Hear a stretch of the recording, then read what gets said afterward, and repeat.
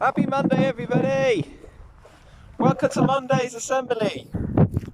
See if you can tell where I am today. You might be able to guess, I'm actually recording this on Sunday.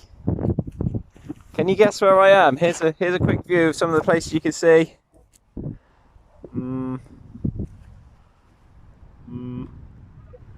Any idea? I'm out for my daily exercise.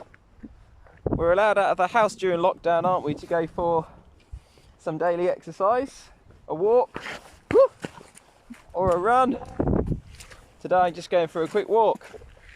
And this week's assembly theme is mental health, because it's Children's Mental Health Week, as arranged by the charity Place to Be. So what is mental health?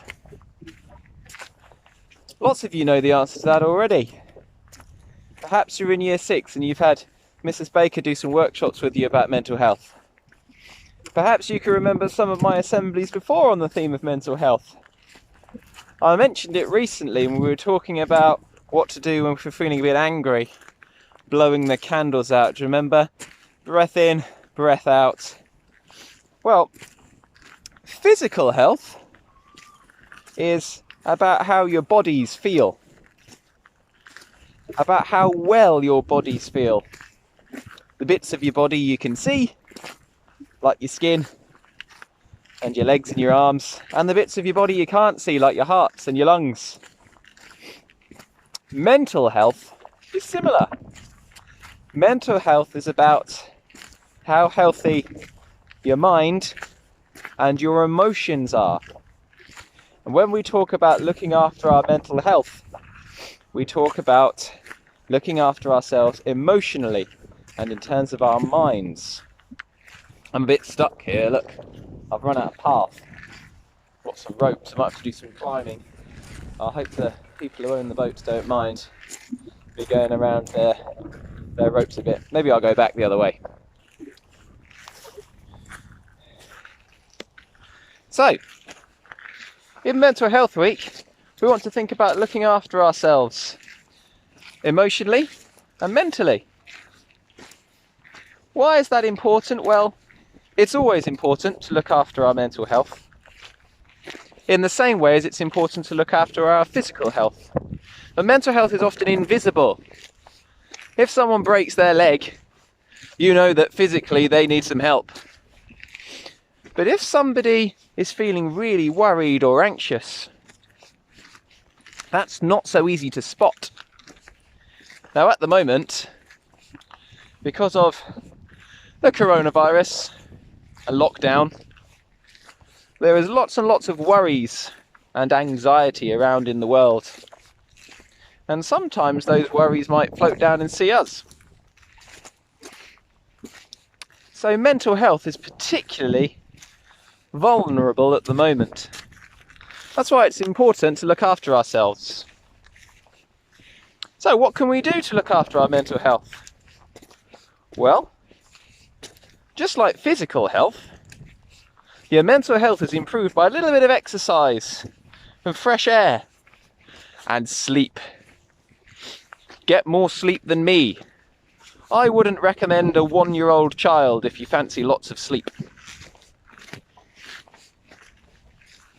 Bit of fresh air is helpful too.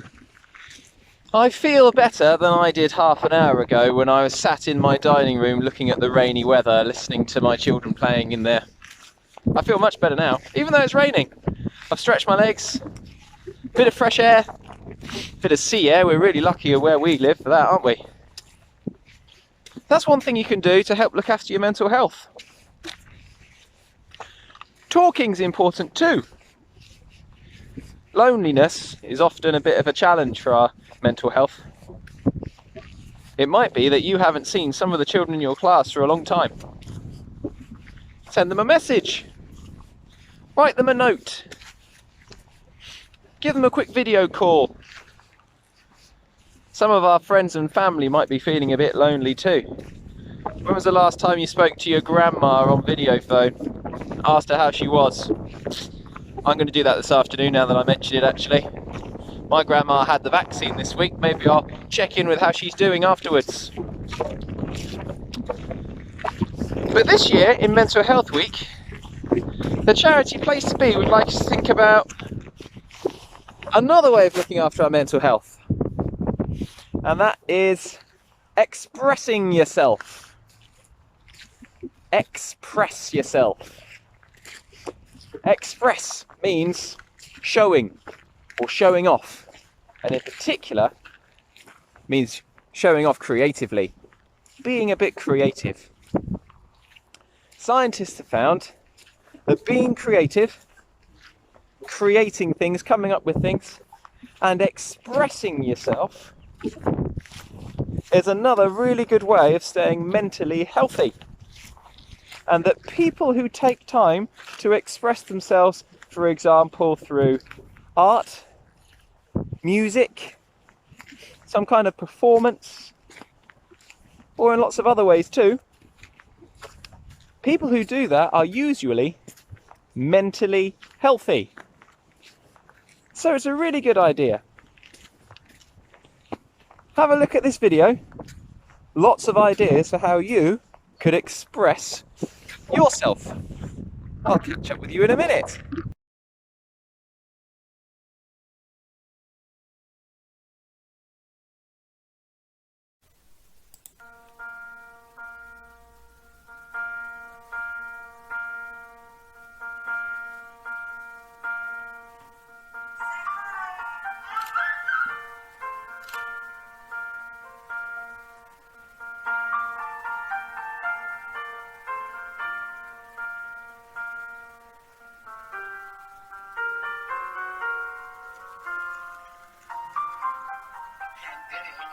The possibility of bringing us together in ways none of us would have been able to predict or expect. 3, 2, 7, 8. I'm so small, said the mole. Yes, said the boy. But you make a huge difference.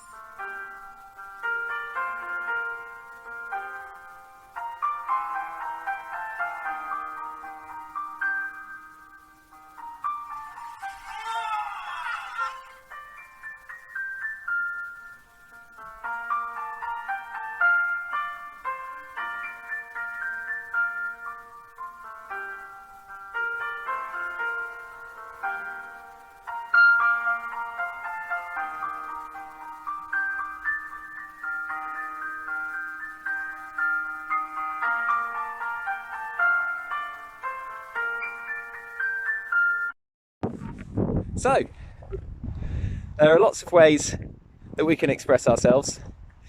We could play an instrument. We could sing. When you call your grandma later, you could sing to her. You could write. Just sit down and write whatever comes into your head. Maybe some poetry. You could dance. Dance like nobody's watching. You could dress up. Not this Friday, but next Friday. We're all going to dress up. We're going to dress to express. Dress as silly as you like. Whether you're in school or at home. You can dress in whatever way you like next Friday.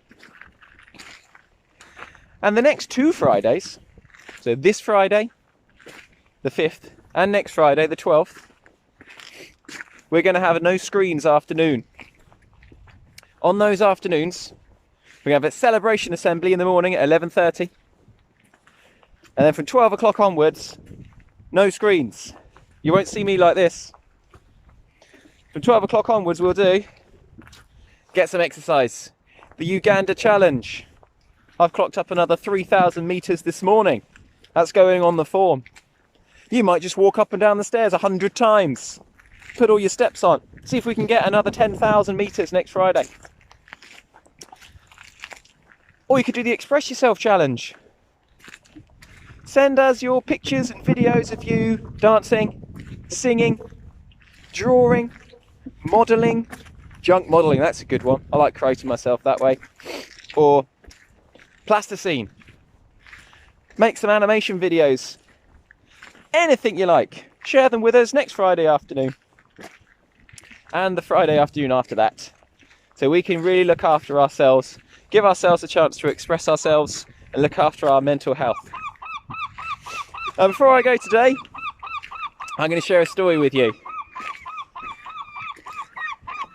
about worms, because one of the most difficult things I find creatively is drawing.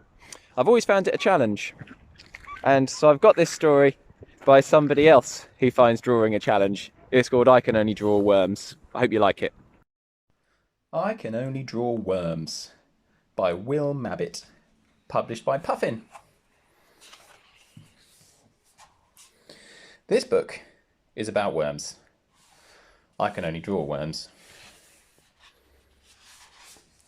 Here's worm 1.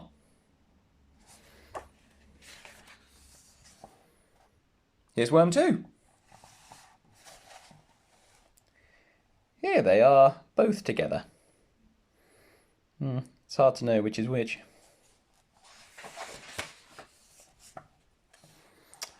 I'll give the second worm glasses. That's better. Now you can tell the worms apart.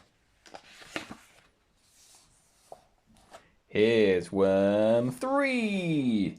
She's a different colour. No reason why, I just lost my pen.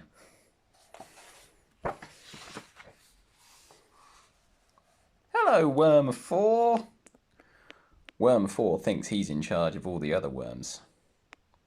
I don't know why. Here's worm 5.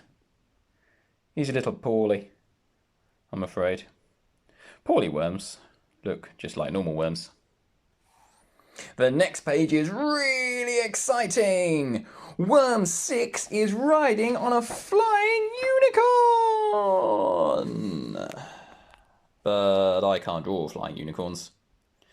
I've drawn worm 5 again instead.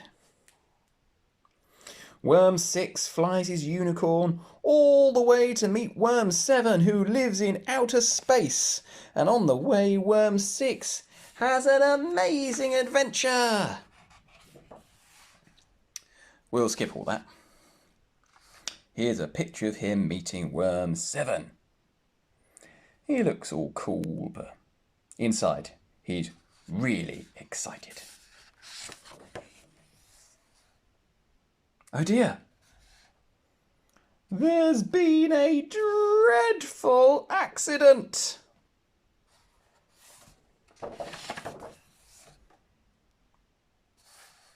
Oh no. It's not true that if a worm is cut in half, it makes 2 worms. It actually makes 2 half worms. So here's worm 8. And here's worm 8 and a half.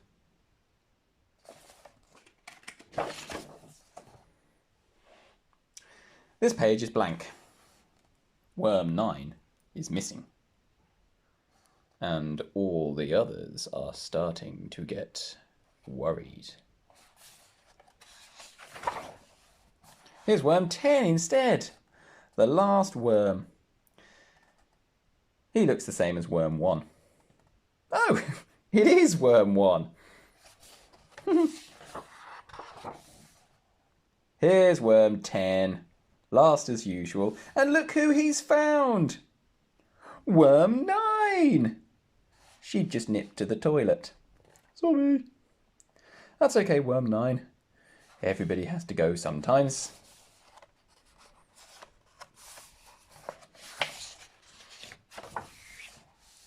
So, now's that.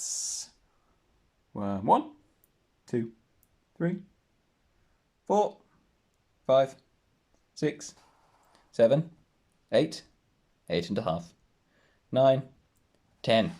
10 worms, all friends together. This book was about worms. I can only draw worms. You see, even if you can really only draw one thing, you can still express yourself. Thanks for listening, everybody. Goodbye now.